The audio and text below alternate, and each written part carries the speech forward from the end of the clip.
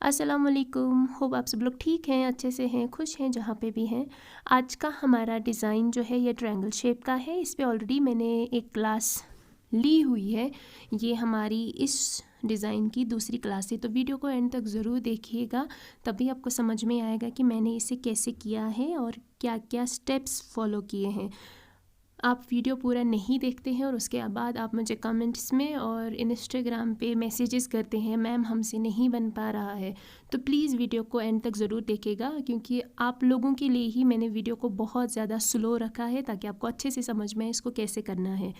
Again, अगर आपके पास trace इसका नहीं है तो आप मार्कर से इसे ड्रॉ कर सकते हैं या निडल वाली थ्रेड से ड्रॉ कर सकते हैं प्रैक्टिस के लिए, जैसे मैंने किया है। आप जब इसकी प्रैक्टिस करेंगे उसके बाद आप इसका डिज़ाइन जो है वो मार्केट से लेके आ सकते हैं, क्योंकि इसका डिज़ाइन मार्केट में अवेलेबल है और हर जगह पे है, चाहे आप जिस भी एरिया से बिलोंग करते हैं। बहुत सिंपल है, आपको सिर्फ जालियों का ध्यान रखना है, जालियों को कैसे बनाना है। गैप नहीं रखनी है जालियों के बीच में, और जालियाँ स्ट्रेट आनी चाहिए, चाहे आप इस तरह से बना रहे हैं, चाहे आप नीचे से ऊपर की तरफ बना रहे हैं या ऊपर से नीचे की तरफ बना रहे हैं, जाली जो है वो एक ही लाइन में आनी चाहिए स्ट्रेट, और गैप बिल्कुल भी नहीं रखना है। अगर आपके पास थ्रेड नहीं है, आप इस तरह से नहीं करना चाहते हैं, तो अगर थ्रेड आपको डिस्टर्ब कर रहा है एज अ बिगनर, तो आप इसको मार्कर से भी ड्रॉ कर सकते हैं ट्रायंगल शेप में, और आप इसको अपने राइटिंग वाले पेन से भी ड्रॉ कर सकते हैं। अगर आप बिगनर हैं तो आप वही यूज़ कीजिए, थ्रेड को अवॉइड कीजिए, क्योंकि हो सकता है थ्रेड आपको इरिटेट करे। सबसे टॉप पे हमें इसका प्योत बनाना है, क्योंकि इसी से ये डिज़ाइन जो है अलग दिखेगा, खूबसूरत दिखेगा, और आपको इसकी प्रैक्टिस बहुत ज़्यादा करनी है। हर डिज़ाइन की प्रैक्टिस आपको करनी है, क्योंकि इन्हीं सारी बेसिक चीज़ों को मिला के हम आगे चल के बड़े बड़े डिज़ाइन्स क्रिएट कर सकते हैं। बेसिक की चीज़ें अच्छे से कवर होंगी, अच्छे से क्लियर होंगी, अच्छे से प्रैक्टिस होगी, तब भी आप आगे चल के बिना किसी की हेल्प के खुद से बड़ा डिज़ाइन बना सकते हैं। सेम आपको दूसरी तरफ से भी करना है, जैसे हमने उस तरफ से किया था वैसे ही इस तरफ से भी करना है। लाइन का ध्यान रखना है, लाइन के ज़्यादा ऊपर नीचे नहीं जाना है। आप बिगनर हैं तो हो सकता है आपका जो तिल्ला है, आपकी जो जाली है वो थोड़ी ऊपर नीचे हो जाए, लेकिन आपको कोशिश करनी है कि वो ज़्यादा ऊपर नीचे ना हो। आप ध्यान से करेंगे तो ज़्यादा ऊपर नीचे वो नहीं होगा। और यहाँ पे मैं आपको सिर्फ एक ट्रायंगल बना के दिखा रही हूँ कि इसको कैसे बनाना है। आपको प्रैक्टिस सिर्फ एक ट्रायंगल की नहीं करनी है, एटलीस्ट 8 से 10 ट्रायंगल बनाइए और उनकी प्रैक्टिस कीजिए, और आप एक ही दिन में इतने ट्रायंगल्स की प्रैक्टिस कर सकते हैं। अगर आपने आज तक की सारी क्लासेस देखी हैं, सारी क्लासेस की प्रैक्टिस की हैं, तो आप 10 से भी ज़्यादा ट्रायंगल्स की प्रैक्टिस कर सकते हैं। थोड़ा पेशेंस के साथ कीजिए, हो जाएगा। जितना ज़्यादा आप इसे बनाएंगे उतना ही अच्छा ये आपके लिए होगा। यहाँ पे अगेन हमें इसका प्योत बनाना है, और ये हर डिज़ाइन में सेम ही आता है, यानी कि हमारा जो ट्रायंगल जो है हमारा ये वाला, जब भी ये किसी डिज़ाइन में आता है हमें इसके जो साइड के प्योत होते हैं वो बनाने ही होते हैं, और हर डिज़ाइन में होता है। ऐसा कभी नहीं हुआ है कि जब तिल्ला में किसी डिज़ाइन में ये इस तरीके से आए और हम इसका प्योत ना बनाएं। कंपलसरी है, इसमें बनता ही बनता है। जैसे लीफ है, बिना प्योत के वो नहीं बनता है, सेम ये भी है, बिना प्योत के नहीं बनता है, चाहे कोई भी डिज़ाइन क्यों ना हो, चाहे वो शॉल वाला हो, चाहे वो फेरन वाला हो, चाहे वो साड़ी वाला हो, कोई भी डिज़ाइन हो उस पे बनाना ही बनाना है।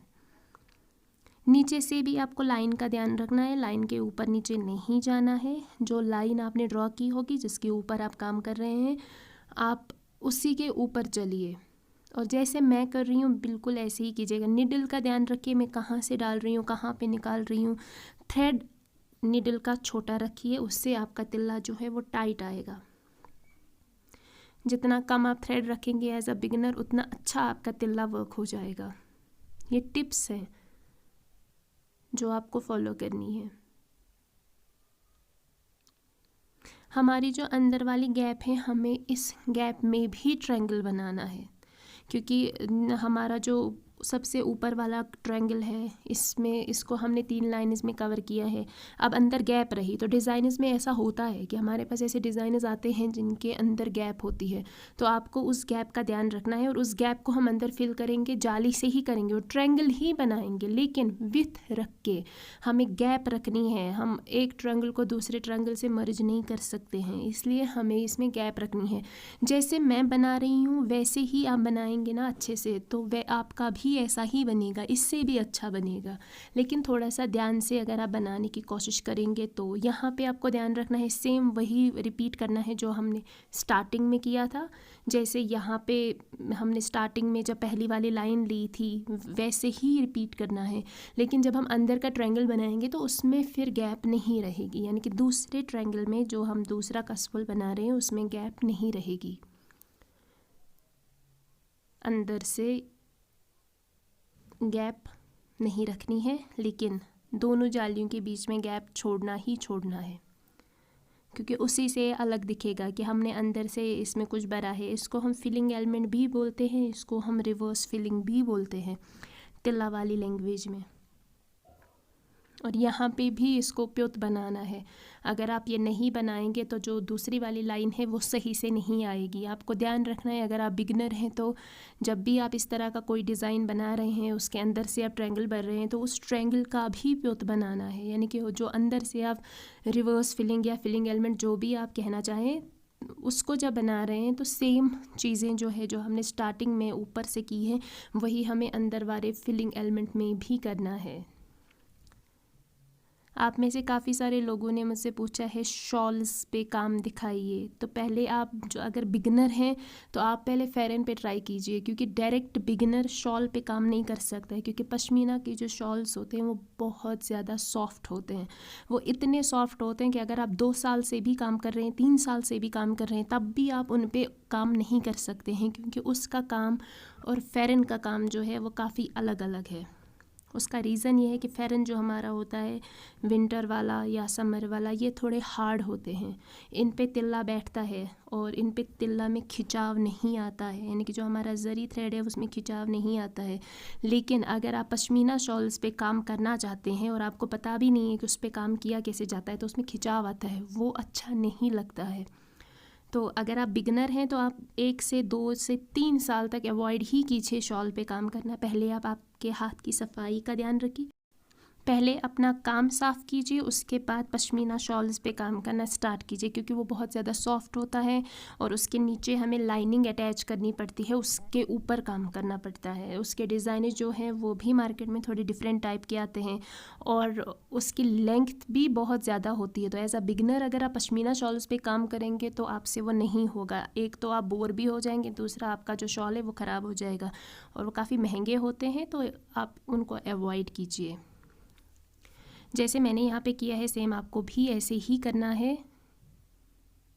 एंड पे आप 1-2 जालियाँ एक्स्ट्रा दे सकते हैं अगर आप प्रैक्टिस कर रहे हैं। अगर आप फेरन पे कर रहे हैं तो उसका डिज़ाइन मार्केट में मिलता ही है, तो आप उस डिज़ाइन के अकॉर्डिंग ही चलेंगे। और सबसे टॉप पे आप चाहें तो आप इसके ऊपर फलाई दुबरक सबरक जो चाहें वो बर सकते हैं, जो कि हमने स्टार्टिंग वाली क्लासेस में सीखा है, सबरक भी दुबरक भी फलाई भी, तो आप चाहें तो वो भी बर सकते हैं। जितना हो सके उतनी ज़्यादा प्रैक्टिस कीजिए। अगर आप आपका काम मेरे साथ शेयर करना चाहते हैं तो मेरे इंस्टाग्राम और फेसबुक पे आप मुझे डीएम कर सकते हैं। विथ का ध्यान रखिएगा। प्लीज़ मुझे अपनी स्पेशल वाली प्रेयर्स में याद रखिएगा और प्रैक्टिस अच्छे से कीजिए, जितना हो सके उतनी ज़्यादा प्रैक्टिस कीजिए। मिलती हूँ मैं मेरे नेक्स्ट वीडियो में, तब तक के लिए खुश रहिए, आबाद रहिए, स्टे ब्लेस्ड एंड अल्लाह हाफिज़।